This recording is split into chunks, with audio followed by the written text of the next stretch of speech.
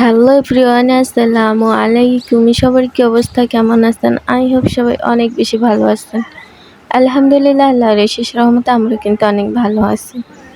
এই তো নতুন আরেকটা দিনে নতুন আরেকটা ভিডিও নিয়ে চলে আসলাম। আই হোপ আজকের ভিডিওটা আপুদের কাছে অনেক বেশি ভালো লাগবে।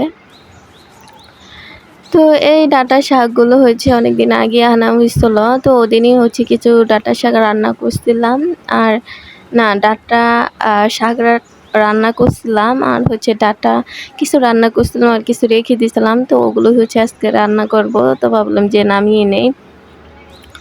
আর শরীরটা একটু অসুস্থ, ওই কারণে আর কি আজকেও ভিডিও দিতে ইচ্ছে করতেছিল না। তারপরে ভাবলাম যে 2-1 দিন পর পর ভিডিও দেই, একেবারে এখান থেকে সরে আসতে পারি না, আবার একেবারেও মানে দিতে পারি না। তো যাই হোক, অল্প বলতে কি 2-1 দিন পর পরও যদি একটা করে ভিডিও দেই তাহলেও মনটাকে একটু বুঝ দিতে পারবো।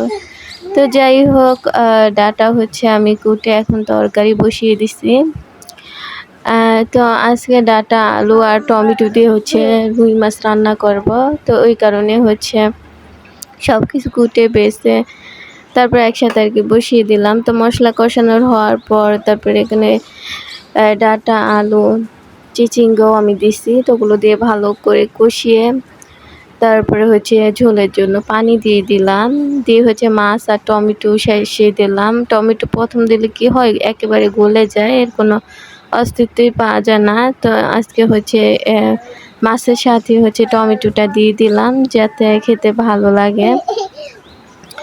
আর আমি যখন বয়স দিতেছিলাম তখন আমার মেয়ে হচ্ছে আমার পাশে বসে বসে আর কি একটু খেলতেছিল। তো আবার কতক্ষণ খেলে, বাহিরে খেলে, কতক্ষণ রুমের ভিতরে খেলে। তো যখন যেখানে ভালো লাগে তো ওখানেই খেলে।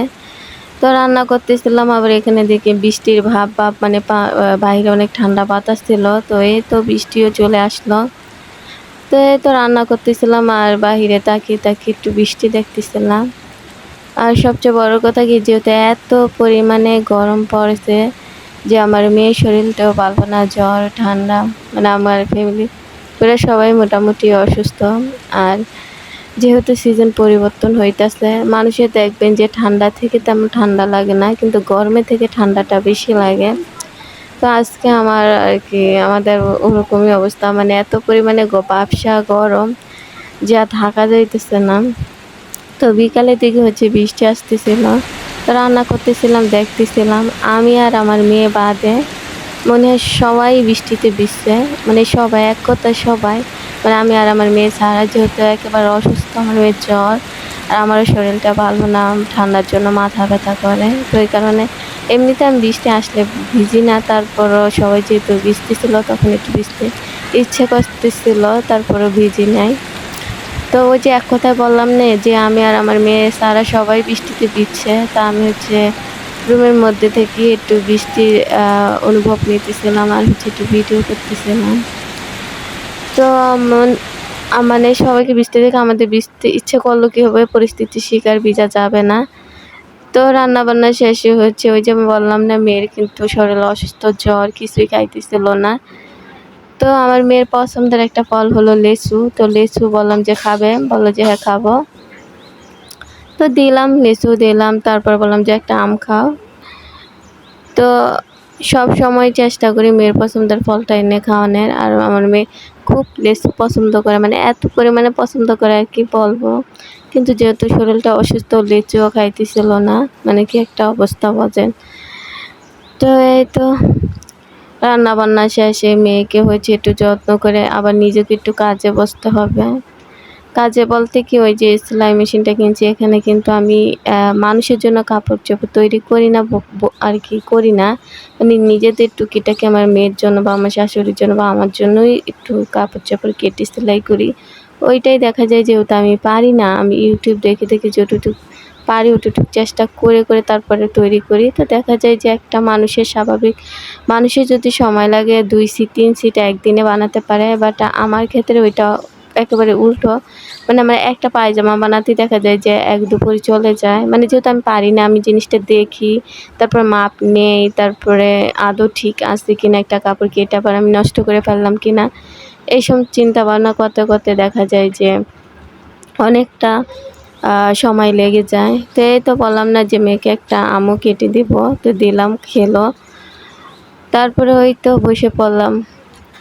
আর একটা স্বাভাবিক মানুষ তো যেহেতু উনি পারে, ওনার ওই যে প্রফেশনই হচ্ছে ওটা, যে সেলাই কাজ করা মানে কাটা আর হচ্ছে সেলাই করা। যেহেতু সবসময় সবাই এই কাজটাই করে থাকে, মানে যারা এগুলো তৈরি করে, তো তাদের কাছে এটা বাঁ-হাতের খেল। মানে কাটলো, তৈরি করলো। কিন্তু যেহেতু আমি নতুন কিনছি না, আমি কারো কাছে সেলাই মেশিনের কাজ শিখছি, বা আমি চালাতে পর্যন্ত পারতাম না। আস্তে, আস্তে চেষ্টা করতে, করতে এখন চালাতে পারি। আলহামদুলিল্লাহ। আর দ্বিতীয়ত আমি কাপড়, মানে পুরাতন কাপড় কেটে যে আমি শিখছি এরকমটাও না। আমি কিন্তু নতুন কাপড় এনে ১ম কেটে হচ্ছে একটা 3 পিস তৈরি করি। আলহামদুলিল্লাহ 3 পিসটা কিন্তু হইছে, এমন না যে হয় নাই। আর আমি কিন্তু ১ম এ YouTube দেখে, দেখি হচ্ছে একটু দেখি তো কোন থেকে কতটুকু শোল্ডারের মাপ নিতে হবে, বা হিপের মাপ নিতে হবে, বা কি আসে, বিষয়টা দেখে, দেখে হচ্ছে একটু দেখি, তারপরে একটু মাপ দেই, তারপরে হচ্ছে একেবারে মাপ দিয়ে কেটে আবার যখন সেলাই করি তখন হচ্ছে একটু দেখে ভালোমতো আমি সেলাই করি। তো দেখা যায় যে যেই জিনিসটা একটা স্বাভাবিক মানুষের লাগবে ০.৫ ঘন্টা সেলাই করতে, ওই জায়গায় দেখা যায় যে আমার ১ দুপুরে লেগে গেছে। তো যাই হোক, কষ্ট করতে হবে। যেহেতু এখানে আমি কারো কাছ থেকে আরকি শিখতেছি না, নিজে, নিজে কষ্ট করে শিখতেছি।